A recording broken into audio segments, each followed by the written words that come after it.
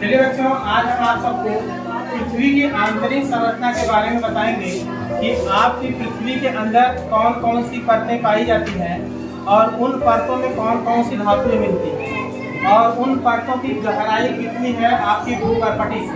ठीक है, और उसमें देखिएगा जैसे ये पृथ्वी है आपकी, आप लोगों ने कभी सोचा है कि इस पृथ्वी को अगर आधे आध भाग से काट दिया जाए तो इस पृथ्वी के अंदर हमको कैसी परतें दिखाई देंगी? कभी सोचे हैं आप लोग कि आप लोगों के अंदर जिज्ञासा तो होगी जानने की ना कि हाँ पृथ्वी के अंदर कौन कौन सी परतें पाई जाती होगी या क्या दिखाई देता होगा या क्या मिलता होगा। ठीक है, तो आज इसी चीज के बारे में आप लोगों को जानना है। ये देखिए, सबसे पहला चित्र आप लोगों का बना है पृथ्वी का। अब इस पृथ्वी को जो है आधे आध भाग पर अगर काटा जाए तो आधा जो है भाग कटने के बाद किस रूप में बन जाएगा? आधा भाग इधर और आधा भाग इधर। जैसे आप लोग देखे होंगे प्याज को काटने के बाद उसमें कई परतें दिखाई देती हैं, इसी प्रकार से हमारी पृथ्वी को काटने के बाद भी उसमें कई परतें दिखाई देती हैं, जिसमें सबसे पहला परत कौन सा है? भूपर्पटी, जो पृथ्वी का सबसे ऊपरी परत होता है। और उसके बाद कौन सी परत है? उसके सबसे नीचे वाली या भीतरी परत कौन सी है? अब इन सभी परतों की गहराई क्या क्या है? जैसे सबसे पहला है भूपर्पटी। भूपर्पटी की गहराई कितनी है? समुद्र से 4 से 7 किलोमीटर, क्योंकि आपकी पृथ्वी पर जो समुद्र का तल होता है सबसे नीचे होता है, इसलिए जो है उस तल से उसकी गहराई कितनी होगी? 4 से 7 किलोमीटर। और जिस पर हम और आप रहते हैं उस पर से जो है उसकी गहराई कितनी होगी? भूपर्पटी में। उसके बाद है सबसे ऊंचा पर्वतों से जो भूपर्पटी है 70 किलोमीटर। तो बताइएगा आप लोग कि सबसे ज्यादा गहराई जो है भूपर्पटी से किसकी होगी? पहाड़ों से, पर्वतों से। ठीक है, और सबसे कम समुद्रों से। उसके बाद दूसरा नंबर है मेंटल का। मेंटल का परत जो है भूपर्पटी से कितनी गहराई तक होता है? 29। उसके बाद है आगे आपका क्रोड वाला भाग। क्रोड वाले भाग की गहराई कितनी होती है भूपर्पटी से? 371 किलोमीटर गहराई होती है। अब उसमें दूसरा चीज आप लोगों को देखना है कि भूपर्पटी में कौन कौन सी धातुएं मिलती हैं और उस भूपर्पटी को और किस नाम से हम जानते हैं। ठीक है, तो भूपर्पटी को हम और किस नाम से जानते हैं और उस भूपर्पटी में कौन कौन सी धातुएं पाई जाती है? उसके बाद है दूसरा मेंटल है। मेंटल को जो है किस नाम से जानते हैं?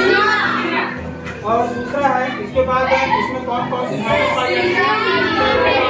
मैग्नीशियम। तीसरा है क्रोड। क्रोड वाले भाग को किस नाम से जानते हैं? और इसमें कौन कौन सी धातुएं पाई जाती है? लोहा। इसके बाद ध्यान दीजिएगा भूपर्पटी को। अब तीनों को आप लोगों को याद करने के लिए हम रिपोर्ट बनाए हैं, इसको याद करने में आप लोगों को आसानी रहेगी। जैसे भूपर्पटी है, भूपर्पटी को जो है हम सबसे पृथ्वी का ऊपरी परत है ना जिस पर हम और आप रहते हैं, तो सबसे ऊपरी परत पर जो है कोई जानवर भी रहता है जिसका नाम है सियार। सियार है, तो सियार से हम इस सियार को याद रखेंगे। कि भूपर्पटी को किस नाम से जानते हैं? नहीं आ पाएगा तो सियार याद करेंगे तो आपको सियार याद आ जाएगा और उसी से आपको जो है उसको धातुएं भी याद हो जाएंगी। सी से क्या हो जाएगा? एल से क्या हो जाएगा? दूसरा है मेंटल वाला भाग। मेंटल वाले भाग को याद करने के लिए आप क्या करेंगे? मेंटल का मतलब क्या होता है?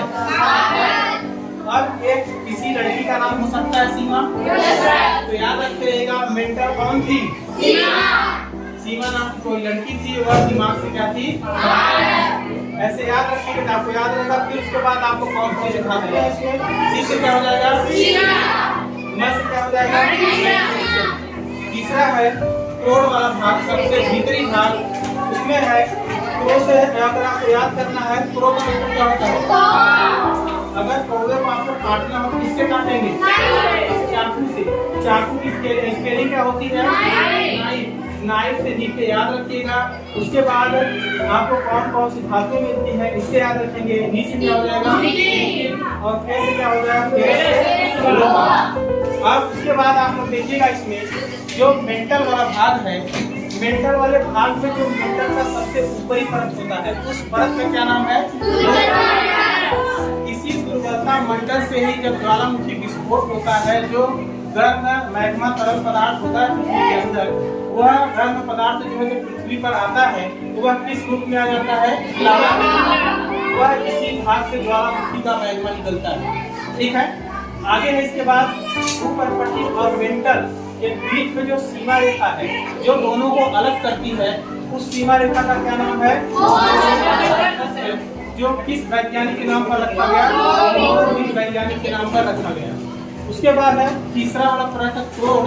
क्रोड में जो है दो भाग होते हैं, ऊपरी क्रोड और निचला क्रोड। उसमें जो ऊपरी क्रोड होता है वह ठोस होता है और सबसे निचली परत क्या होता है? ठीक है, ये चीज आप लोगों को समझ में आया? कहीं कोई समस्या हो आप लोग को बता